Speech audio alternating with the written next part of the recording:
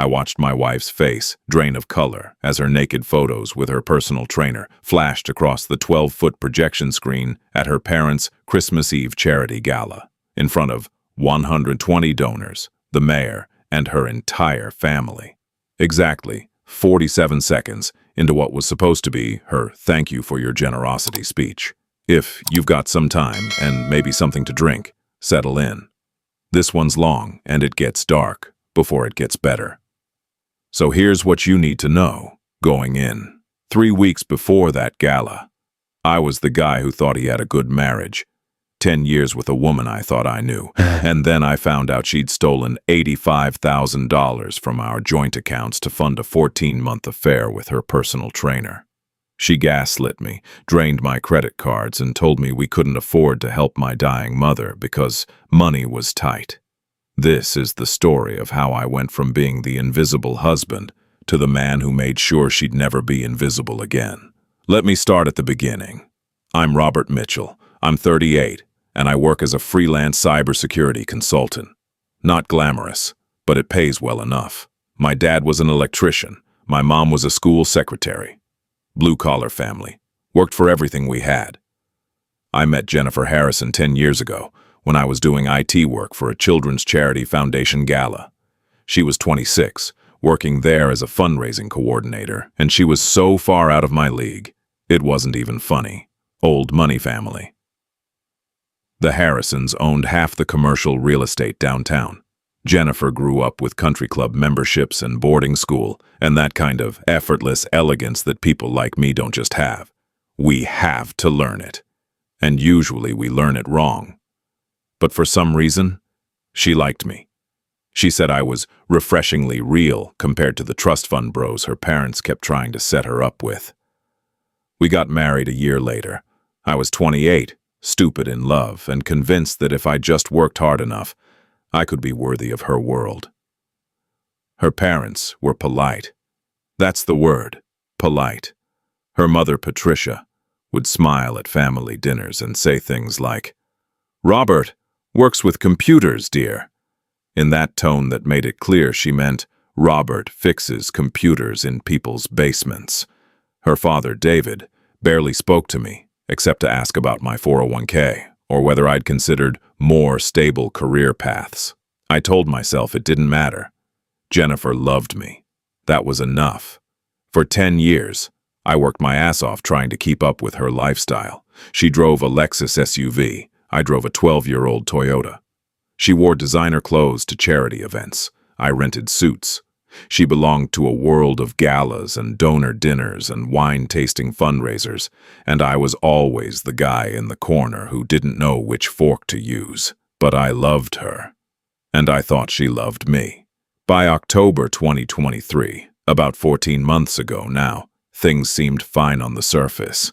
We were coming up on our 10-year anniversary. Jennifer had just been promoted to Director of Development at the foundation. Bigger salary, more prestige, more responsibility. She was thriving. I was proud of her. I worked longer hours to support her ambitions, took on extra consulting contracts, said yes when she needed money for networking events or new work clothes or whatever she needed to succeed. That's what you do when you love someone, right? You support them. In August 2023, Jennifer joined this fancy gym, Elite Fitness Club. The kind of place where memberships cost $300 a month and everyone looks like they stepped out of an athleisure catalog. She said she needed to network with donors there, that a lot of wealthy people worked out at that club. She said she needed to stay healthy for gala season. I didn't question it. Why would I? But by November, things started feeling off. She was coming home later. Donor meetings, she'd say. Networking dinners. Her phone was always face down on the table. She started wearing new expensive activewear. Lululemon, Alo Yoga, brands I'd never heard of that apparently cost $150 for a pair of leggings. When I asked about it, she'd snap at me. "Rob, this is my career. You wouldn't understand the pressure. I need to look professional." I backed off. I didn't want to be that guy. The insecure, controlling husband who couldn't handle his successful wife. Looking back, I can't believe I ignored it all. Early November, the credit card statement came. There was a $4,200 charge from some restaurant I'd never heard of. I asked Jennifer about it.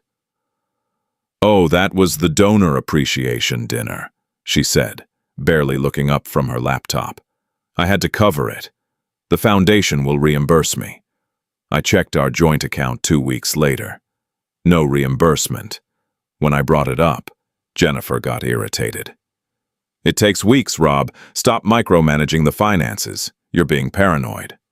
I apologized. I actually apologized for asking about $4,200. Mid-November, my credit card got declined at the grocery store. I was buying milk and eggs, and the cashier said, "Sorry, sir, this card's maxed out." I checked the statement that night. $8,000 limit. I usually carried maybe a $1,000 balance. Now it was maxed. Charges to hotels, luxury hotels, the Prestige Hotel Group, 600, 800, 900 a night multiple times. Venmo transfers to names I didn't recognize. Spa packages, high-end restaurants. I confronted Jennifer. She sighed like I was a child who couldn't understand basic math. "Rob, I've been stressed. Do you want me to look shabby at these galas?" The donors expect a certain level of polish. These things are investments in my career. "Jen, it's $8,000, and I make good money. I'll pay it off." "Jesus, you're acting like I committed a crime." She turned it around on me. Made me feel guilty for not trusting her. Made me feel small. "You're being paranoid," she said. "You don't understand what it takes to succeed in my world." Maybe that's the problem. I apologized again. I should have seen it then, but I didn't. Late November, she snapped at me for hovering. I'd asked where she was going. She was dressed up on a Tuesday night. And she told me I was suffocating her, that I was boring, that I didn't understand ambition. The word boring hit me harder than it should have. I'd spent 10 years trying to be interesting enough for her, and now she was telling me I'd failed. I retreated, threw myself into work, stopped asking questions. December 1st, Jennifer told me about her parents' big Christmas Eve gala. It was the biggest fundraiser of the year. Black tie, 100+ guests. The mayor was coming. She needed me to wear a nice suit. She needed me to not embarrass her. "Of course," I said. "I'll be there." She smiled, kissed my cheek. "Thank you. This means everything to me." I told myself I was overreacting, that I was just the boring IT guy who didn't understand her world. I had no idea that in exactly 3 weeks I'd find out just how little I understood about my own life. December 5th changed everything. Jennifer's iPad wasn't syncing her photos properly. She asked me to fix it. Ironic, since I'm the computer guy. I logged into her iCloud account to troubleshoot the sync issue. I wasn't snooping. I swear I wasn't. I was just doing what she asked. But I accidentally opened the recently deleted album. 200 photos. All deleted within the last 30 days, but still in the cloud. The first photo was Jennifer, in a hotel room mirror, lingerie I'd never seen, kissing a man I didn't recognize. Muscular, younger than me, tan, gym-perfect body. My hands started shaking. I scrolled. More photos, intimate photos. Jennifer in bed with this man, his face visible in some. Hotel rooms I recognized from the credit card statements. Screenshots of Venmo transactions. Kyle Stevens, $500. Kyle Stevens, $1,200. Kyle Stevens, $2,500. A screenshot of a bank transfer, $15,000. Memo line, investment, KS Venture. I couldn't breathe. The room was spinning. I airdropped every single photo to my phone. I don't even remember doing it, but my hands knew what to do. Evidence. I needed evidence. I logged out, fixed her iPad, walked downstairs. Jennifer was making coffee. "All set?" she asked. "Yeah," I said. My voice sounded normal. I have no idea how. "Just a sync issue," she smiled, went back to scrolling her phone. I went to the garage, sat in my car, and threw up. I spent the next 3 days pretending to work from home while I forensically tore through our finances. Joint checking account, $31,000 missing over 14 months, transferred to Venmo, then to Kyle Stevens. Cash withdrawals at ATMs near luxury apartment buildings downtown. Payments to the Prestige Hotel Group. My credit cards, all 3 of them, maxed out at a combined $52,000. Charges to men's stores, a Rolex, $3,200. Hotel suites, restaurants where I'd never eaten, spa packages, Jennifer's personal account, the one I didn't have access to, $78,000, untouched. She was spending my money, not hers, mine. I did the math, $85,000, maybe more. I found Kyle Stevens on Instagram, 28 years old, personal trainer at Elite Fitness Club, posted constantly, photos with expensive watches, grateful for my investor, gym selfies, boss moves only, a photo in a suit at a fancy restaurant. Caption, date night with the woman who sees my vision. I felt sick. This kid, and he was a kid, was posting about my wife online, and I'd had no idea. I couldn't hold it in. December 10th, I confronted her. "Who's Kyle Stevens?" I asked. Jennifer went still, then cold. "Are you spying on me?" Her voice was ice. "I saw some charges I don't recognize. That's a client from the foundation. His mother is a major donor. A client you've transferred $30,000 to. That's confidential foundation business. You have no right to look at my accounts." "They're our joint accounts, Jen." She exploded. "This is exactly why we're struggling. You're paranoid. You're controlling. You don't trust me. My therapist said you might be emotionally abusive." I froze. "Your therapist?" "Yes, I've been seeing someone. Because living with your insecurity is exhausting. Maybe you should look at yourself instead of invading my privacy." She grabbed her coat. "I'm staying at my parents' for a few days. I need space from this." She left. I stood in our kitchen, shaking, questioning everything. Was I being abusive? Was I crazy? Was I inventing problems because I was insecure? If you've ever been gaslit, you know exactly how that feels. December 18th broke me completely. My mother called from Ohio. She was in the hospital, emergency surgery. Her insurance wouldn't cover it, $8,000 out of pocket. I checked our accounts. Nothing. My credit cards were maxed. I had maybe $300 in my personal checking. I called Jennifer. "Mom needs help," I said. "Can we access your savings?" "Robert," she sighed. "We've talked about this. Money is tight right now. The gala expenses, my work wardrobe. I can't keep bailing out your family. You've spent $85,000 on a personal trainer. You're delusional. I'm hanging up." She hung up. I sat on the floor of my kitchen and stared at the wall for an hour. Then I called my sister Lauren. She's a nurse, makes decent money. She loaned me the $8,000, without question. "What's going on, Rob?" she asked. "I can't talk about it yet," I said, "but thank you." That night, I made a decision. I stopped being the nice guy. December 20th, Jennifer texted that she was coming home. She still thought we were working through things. I needed proof. Final, undeniable proof. I searched our bedroom, something I never thought I'd do. In her nightstand drawer under old magazines, I found it. A burner phone. I turned it on. Text messages, hundreds of them, between Jennifer and Kyle. August 2022 to present. August 2022. My husband is so boring, you make me feel alive again. October 2022. Rob suspects nothing. He's too busy trying to impress my parents. LOL. March 2023. I told him therapy costs $200 session. Actually spending it on our hotel nights. July 2023. Kyle. When are you leaving him? Jennifer. After the December gala. Need to keep appearances for my career. November 2023. Rob thinks I'm at a conference. I'm actually in Miami with you. December 15th. Kyle. Your husband called me a client. Jennifer. He's so clueless, it's pathetic. And then, December 18th, the day my mother was in the hospital. Jennifer to Kyle. He wanted money for his dying mom. I said no. Can you believe his entitlement? Anyway, can't wait to see you tomorrow night. I read that text sitting on our bed. I ran to the bathroom and vomited. I called Brian, my best friend, contractor. Known him since high school. I need you here, now.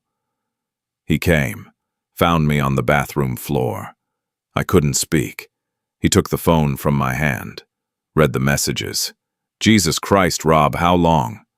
14 months, I managed, while I worked overtime to afford her lifestyle, while I apologized for questioning her, while my mom. Brian pulled me up. You're getting a lawyer. Tonight. What's the point? Her family has money. I'll lose everything anyway. Brian grabbed my shoulders. Then you make sure she loses too. I looked at him. Something shifted in my brain. I don't even know who she is, I whispered. 10 years. How did I not see? Brian stayed the night, made me eat, kept me from calling Jennifer and warning her. I couldn't sleep. At 4 a.m., I was staring at the ceiling, my mind racing. Jennifer planned to divorce me after Christmas.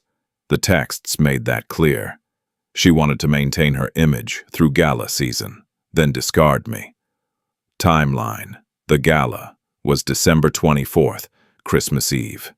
If I confronted her now, she'd control the narrative, play the victim. Her family's money would bury me in legal fees. If I waited, if I planned, if I gathered ironclad evidence, I could control the exposure. And Jennifer cared about one thing more than anything, her reputation. The gala, in front of 120 people, donors, her parents, the mayor, the charity board, her entire world watching.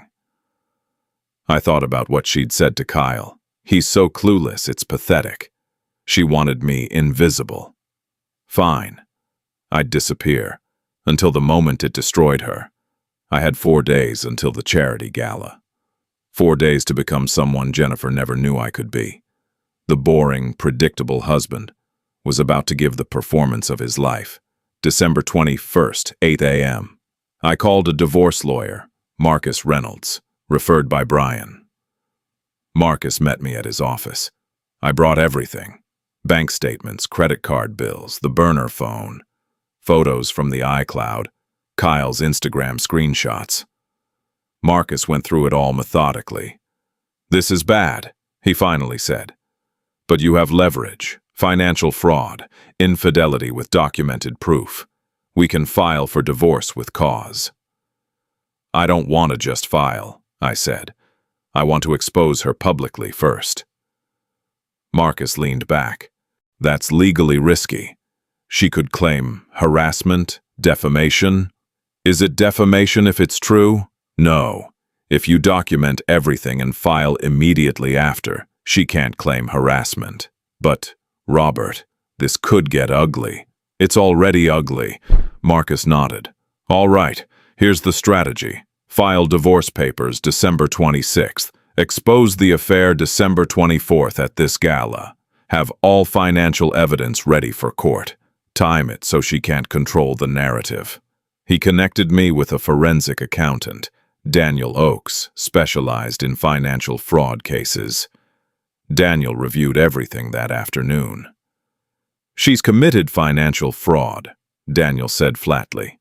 Stealing from joint accounts without consent, maxing your credit cards without authorization. You can press charges. Will that stick? With this paper trail? Absolutely. She may have also defrauded the charity if she used foundation funds for personal expenses. I'll audit that angle too. Daniel spent the next 3 days creating a comprehensive financial report. 87 pages. Every transaction, every receipt, every lie about money cross-referenced with text messages. For the first time in months, I felt powerful. I had proof. I had allies. I wasn't crazy. December 22nd. I needed visual proof for the gala. I hired a PI, Trevor Walsh. Former cop, did private investigations now. I need video, I said, of my wife with her affair partner. Today. Trevor didn't blink. Where does he live? I gave him Kyle's address. I'd found it on the bank statements, rent payments Jennifer made on his behalf. Trevor staked out the apartment building that afternoon. 3 p.m. Jennifer's Lexus pulled up. She'd told me she was at a foundation meeting. Trevor filmed Jennifer and Kyle kissing at his apartment door, entering together, the lights dimming in his window an hour later.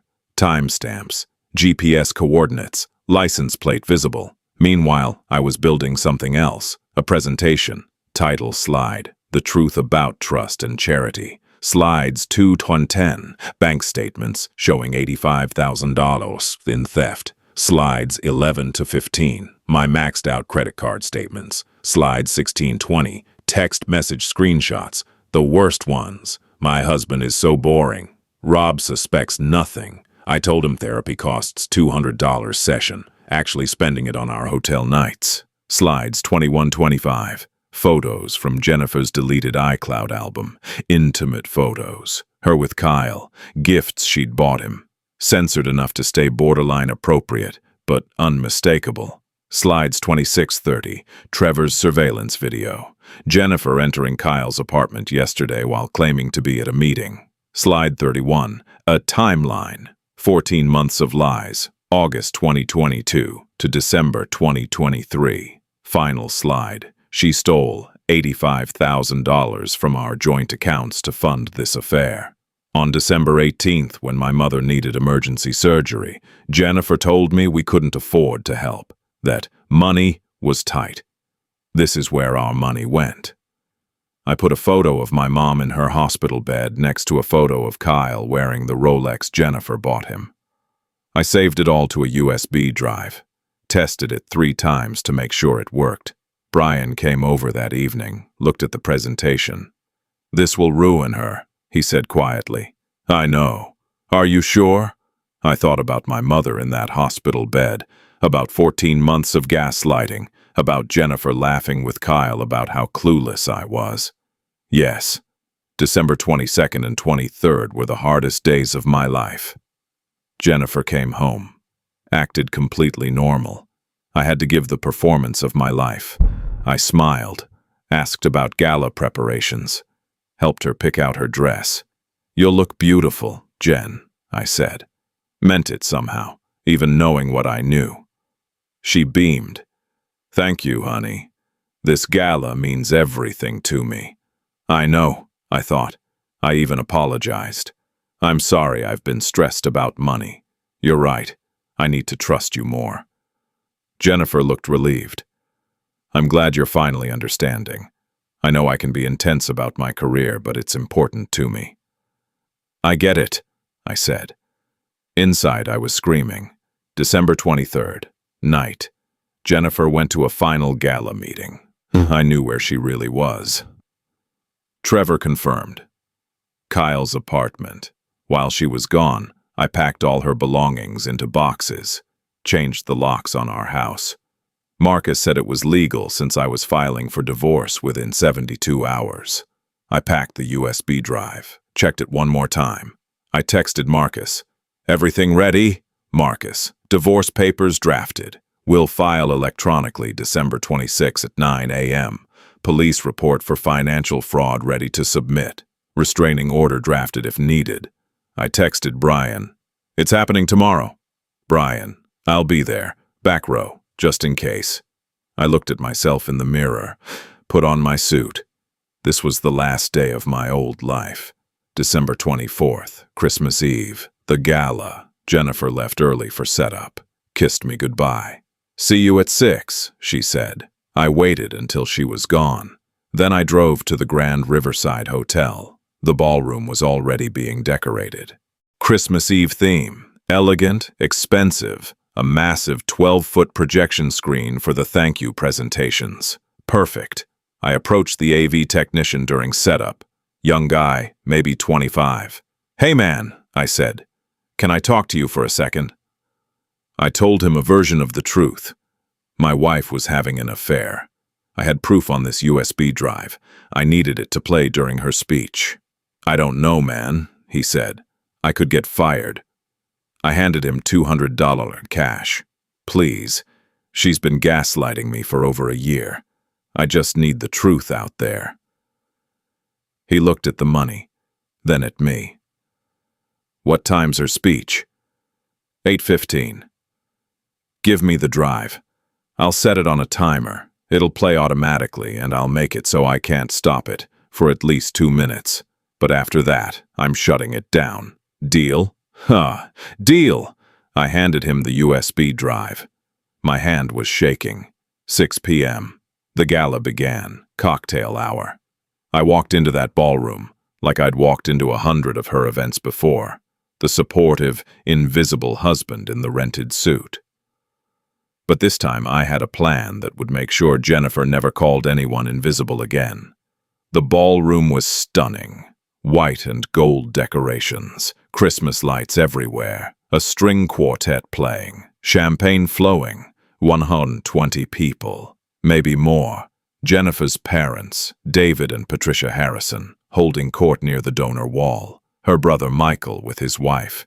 Extended family, charity board members, major donors in designer suits and gowns, the mayor and his wife, even a photographer from the local paper. Jennifer was in her element. Red dress, hair perfect, makeup flawless. That smile she did. I used to call it her benefactor smile. Warm but calculated. The smile that raised millions. She barely acknowledged me. A quick wave from across the room. I mingered, played my part, shook hands, made small talk. Patricia Harrison approached me, champagne in hand.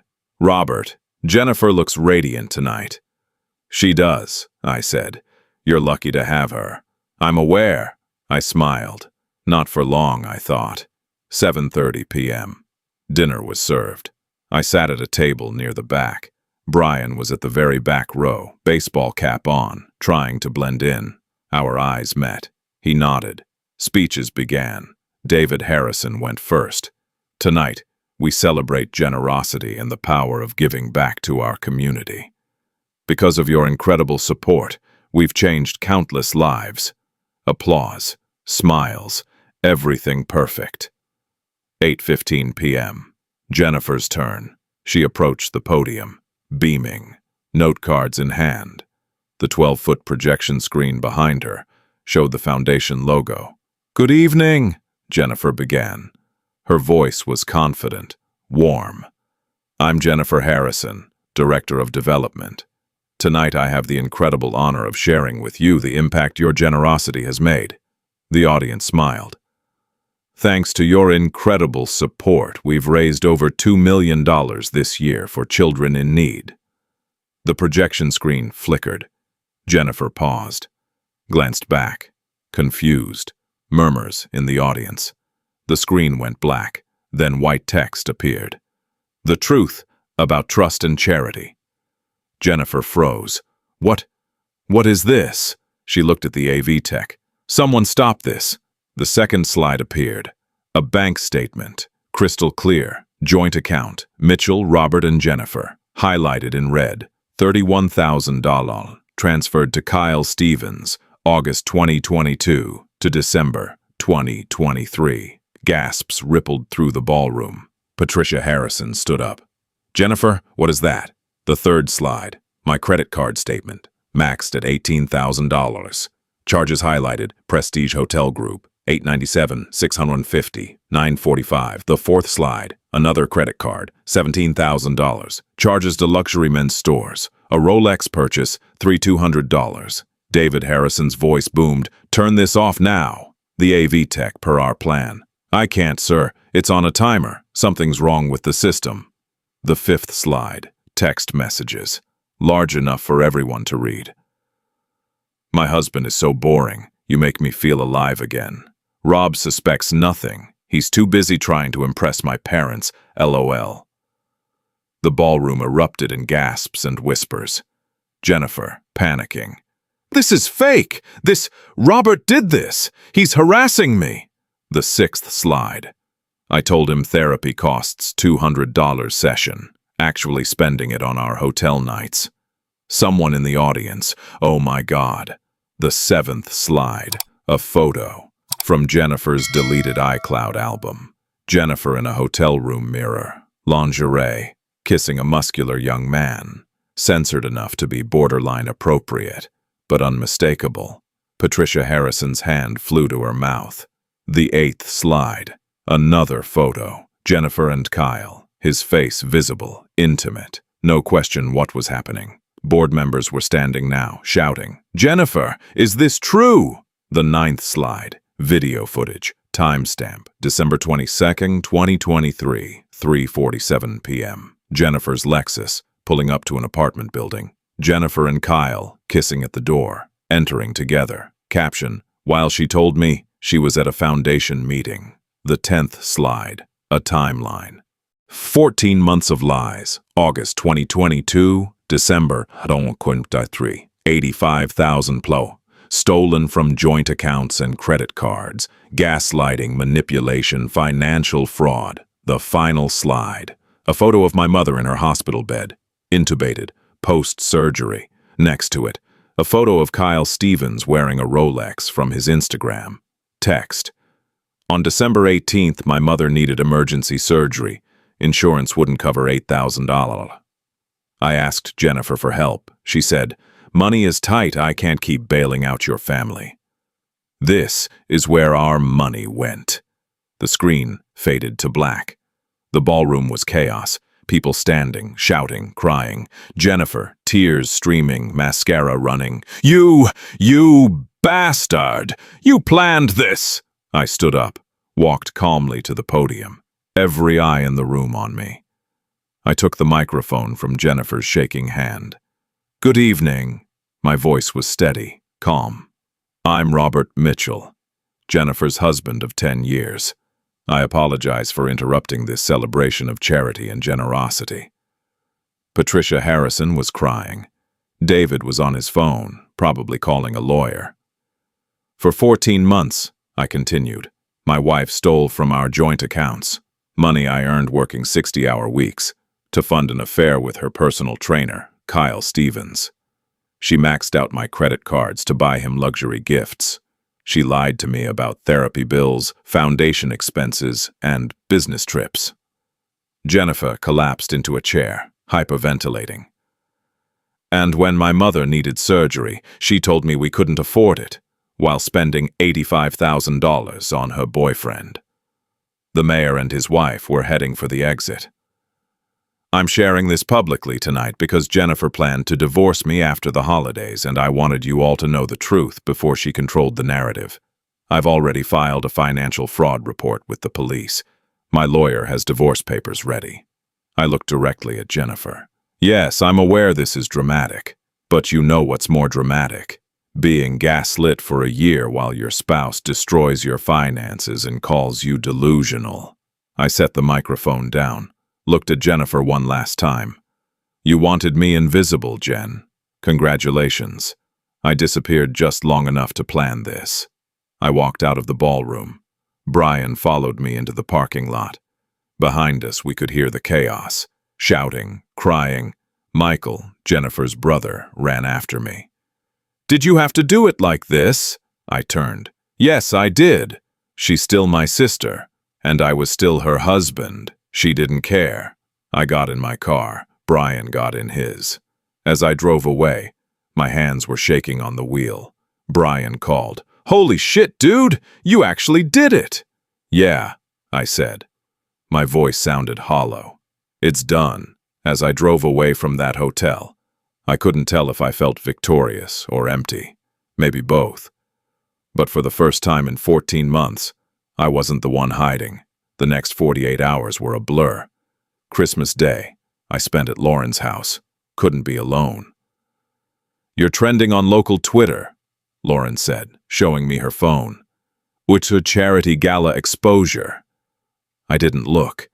The local news picked it up. "Dramatic scene at Christmas Eve charity gala." They kept it vague, but everyone who was there knew exactly what happened. My phone exploded. 200 plus texts, 50 plus calls. Jennifer, how could you do this to me? Jennifer, I'm sorry, I'm so sorry, please. Jennifer, you're a psychopath. Jennifer, I loved you. Patricia Harrison, you've destroyed our family's reputation. I hope you're proud. Old mutual friends, split down the middle. Some supportive, some calling me cruel. I turned my phone off. December 26th, Marcus filed the divorce papers electronically. Divorce with cause, adultery, and financial fraud. I filed a police report for the financial fraud. Detective took my statement, reviewed Daniel's 87-page forensic report. With this evidence, the detective said, we can charge her with fraud and identity theft. Using your credit cards without consent is illegal. Will she go to jail? Probably not for a first offense, but she'll have a criminal record and significant financial penalties. That same day, the Charity Foundation held an emergency board meeting. I heard about it later from someone who was there. Margaret Thornton, the board president, put Jennifer on immediate administrative leave. Jennifer tried to argue. This is my personal life. You represent this organization, Margaret said. We've had donors pulling pledges since Saturday night. We've received calls from media, and we need to audit foundation finances. You're auditing me? Standard procedure when allegations surface. The audit took a week, found $12,000 in questionable reimbursements. Luxury hotels claimed as donor meetings, expensive dinners charged to the foundation card. All the dinners, Robert's presentation proved, were personal. December 30th, Jennifer was forced to resign. Public statement. Jennifer Harrison has resigned effective immediately. The foundation is committed to transparency and integrity. Her career in nonprofit was over. Google her name and you'd find the scandal. Jennifer's family cut her off. Patricia Harrison, per someone who talked to Michael, said to Jennifer, "You've humiliated us in front of the entire community. Do not come to our home." Jennifer ended up staying with a friend, then eventually a cheap motel. David and Patricia stopped paying for anything. Her Lexus was repossessed. She moved from her nice apartment to a studio in a bad neighborhood. Kyle Stevens, Elite Fitness, fired him the day after Christmas, bringing scandal to the club. His fitness business, funded by Jennifer's stolen money, dead. Investors lost everything. His Instagram, deleted. Turns out Kyle also had a girlfriend who didn't know about Jennifer. She left him too. The social fallout was brutal. Jennifer's church community, the Harrisons were prominent members, ostracized her. She stopped going. The country club suspended her membership. Her entire social circle vanished. No one wanted to be associated with the scandal. By early January, Jennifer was isolated. No job, no family support, no money, no reputation. And then I got a call that made me question everything. January 15th. Jennifer's friend Allison called me. "Robert, it's Allison. I think you should know. Jennifer tried to hurt herself last night." My stomach dropped. "What?" "She took pills. She's okay. She called me before it was too late, but it was intentional. She's in a psychiatric hold right now." I hung up, sat staring at the wall. Brian found me an hour later, still sitting there. "You good?" he asked. "Did I do this?" I said. "Did I push her to—" "No." Brian sat down. "She did this to herself. You just exposed it. But the gala, the public. Rob, she stole $85,000 from you. She gaslit you for over a year. She told you your dying mother wasn't worth helping. Don't let her make you the villain now." But I couldn't shake it. Everyone kept asking if I regretted it. The public exposure, the gala, scorched earth approach. I didn't regret holding her accountable, but when I heard she'd tried to end her life, I realized revenge doesn't come with an instruction manual for what happens to your conscience after. The divorce took months. February through April, we were in and out of court. Jennifer's lawyer tried to claim Robert's public humiliation constituted emotional abuse. The judge shut that down. He presented evidence of financial fraud at a public event. That's not domestic abuse. That's consequences. The final divorce decree came through in May 2024. No alimony. Jennifer's infidelity and fraud disqualified her. I kept the house, my car, my retirement accounts. Jennifer was ordered to pay $85,000 in restitution. Over 5 years, she had no income, so her parents were forced to co-sign. They weren't happy about that. My credit score started rebuilding. Brian helped me dispute fraudulent charges. It took months, but I got there. My mother, recovered from surgery, told me she was proud. You stood up for yourself. That takes courage. But I wasn't proud. Not yet. March 2024, I started therapy. Real therapy this time. Dr. Ellis, my therapist, didn't judge. You've been through trauma, betrayal, financial abuse, gaslighting. Those are real things. But what I did, you held someone accountable. That's not the same as abuse. We worked through it. The guilt, the trust issues, the lingering class insecurity, that feeling that I'd never been good enough for Jennifer's world. I stayed because I thought I had to prove I deserved her. I realized one session. Like I owed her something for choosing me. Dr. Ellis nodded. And now? Now I know I don't have to prove anything to anyone. I reconnected with old friends, started gaming again, went hiking, volunteered at the animal shelter. Slowly, I started to feel like myself again. June 2024. One therapy session. I realized something. I didn't think about her at all yesterday, I said. Dr. Ellis smiled. That's progress. By April, I'd landed a major cybersecurity contract. Work felt fulfilling again, not just survival mode. I moved to a smaller house. Affordable, no pretense. Starting fresh, I told Brian. No more pretending to fit into someone else's world. I tried dating. Coffee dates, nothing serious. Testing the waters. One woman asked about my divorce. It was complicated, I said. She laughed. Everyone's got baggage. What matters is who you are now. That felt healthy. July 2024, I ran into Patricia Harrison at the grocery store. We locked eyes across the produce section. She approached. Robert, Patricia, how are you? Better, I said honestly. She nodded. Uncomfortable silence. Jennifer's living with her aunt in Oregon. Patricia said quietly, getting treatment. I hope she finds peace, I said. Patricia looked surprised. Do you mean that? I think so, I said. I don't wish her harm. I just... And I'm done. Patricia's eyes watered. I'm sorry for how we treated you, for not seeing. I didn't know what to say to that. Take care, Patricia. I walked away. August 2024. I met Emma. We were both volunteering at a dog rescue event. She's a teacher, 3rd grade, warm smile, no-nonsense energy, middle-class background like mine. We bonded over dogs and terrible sci-fi movies and shared values.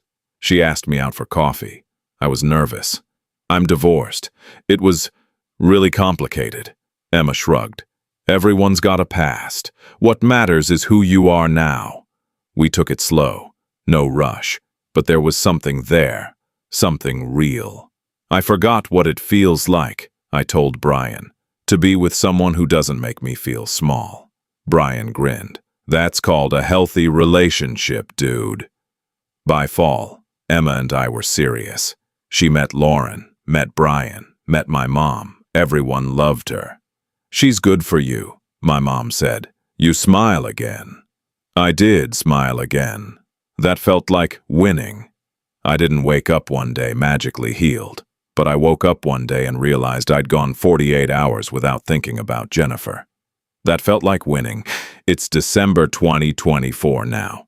A full year since the gala. Here's where everyone ended up. Me. I'm living in a modest house in a neighborhood I actually like. My consulting business is thriving. Emma and I are talking about moving in together. I'm still in therapy, but I'm healthy. I have boundaries. I don't let people gaslight me anymore. Financially, I'm debt-free. My credit score is back over 700. I have an emergency fund. For the first time in years, I'm not anxious about money. My mother is fully recovered. She visits often. She loves Emma. Jennifer. Last I heard, she's living with her aunt in Oregon, working retail, still in treatment for depression. She's paid back about $18,000 of the restitution so far. Her parents are covering most of it. She cut off social media, changed her name on Facebook. No contact with me per our mutual agreement. I don't hate her. I don't love her. I just don't think about her much anymore. Kyle Stevens left the state. Last I heard, he's working at a gym somewhere in Arizona. I don't know if he ever understood his role in all this, and honestly, I don't care. Patricia and David Harrison. Their marriage is strained, according to Michael. They're still processing the family shame. Country club gossip, church whispers. It's been hard on them. Michael, Jennifer's brother, maintains a distant relationship with Jennifer. We text occasionally. Civil, but not friends. People ask me sometimes if I regret the gala. I don't. She needed to face consequences, and I needed to stop being invisible. Do I wish I could have done it differently? Maybe. But I'm not sure there was a nice way to expose what she did. She was planning to leave me anyway, on her terms, controlling the story. The hardest part wasn't the revenge. It was accepting that someone I loved for 10 years was capable of that kind of betrayal. Last week, Emma and I were sitting on my porch. December evening, cold but clear. "Do you ever hear from her?" Emma asked. "No," I said, "and I'm okay with that. Do you forgive her?" I thought about it. I don't know if I need to. I've moved on. That's enough. Emma leaned against me. "I'm proud of you for building this life." I smiled. She wanted me to be invisible, so I disappeared until the moment it mattered. And then, I rebuilt a life where I'm visible to the people who actually matter, including myself. Revenge didn't fix me, but standing up for myself, that was the beginning.